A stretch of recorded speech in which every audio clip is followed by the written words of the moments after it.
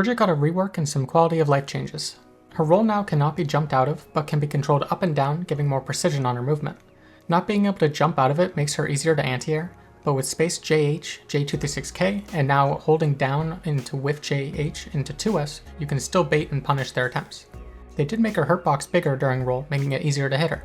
From 2K 2D to 1-4S, microdash into roll holding up, then cancel into JS to get the same setup as TK roll. If you don't cancel into JS, you can just go right over their head. But do it too early and you can just whiff right in front of them.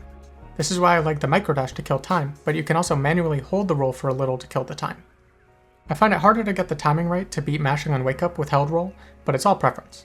Same as the TK roll mix-up, you get to do rising JP or JK as a fuzzy if they block the JS, and it properly loops into itself. And for the low, just 2K into roll. If they take the hit on wake up, then you can optimize the combo with the charged dust. Since you can hold down to stay low to the ground during roll now, OTG 2P into roll holding down can give a safe jump with corner carry. Doing 2-1-4H instead can give the same setup, but also the chance to roll and cross them up if you manage the roll correctly. It can be pretty ambiguous once you get a feel for it, so I think it's good to at least know about. And with 2-1-4H into roll, just letting it go a little longer into JD gives a cross up, but you do need RC to combo it. Putting this on top of the same side JD, JS into fuzzy setup, and even whiff JH into a quick low leads to a lot of forced guessing.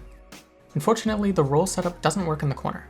Only one hit of JS will connect since you're so close. So if you want the JS into fuzzy setup, you'll need to do up back into roll like the previous TK roll setup. But you can still do whiff JH into 2K when holding down during roll to make it faster. And going into scooter keeps you close and plus even against FD. For a more optimal combo, 6H into roll works, but you'll need to slightly hold it or they'll pop out of the corner.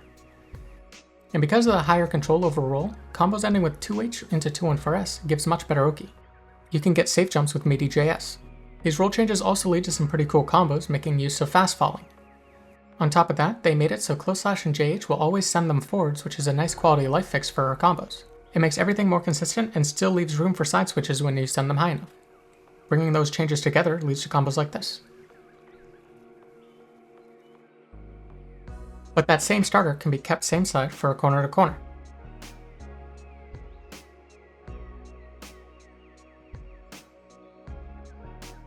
It also makes counter hit 5H into Wild Assault better, giving round start routes that build enough meter to super.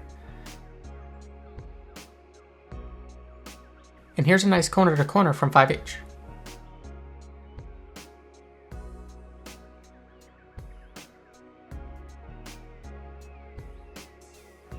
Even from a normal hit close slash, the fast falls giving access to double rolls from a single yo-yo has been really nice for her routing. She got a slight nerf to her damage modifier, but her guts went from 0 to 2, which should help her survivability a good amount. The universal 6P nerf hit her, adding 2 more frames of recovery. Her S super got a damage buff. And finally, she cannot cancel the startup of her DP into super anymore. Thank you for watching.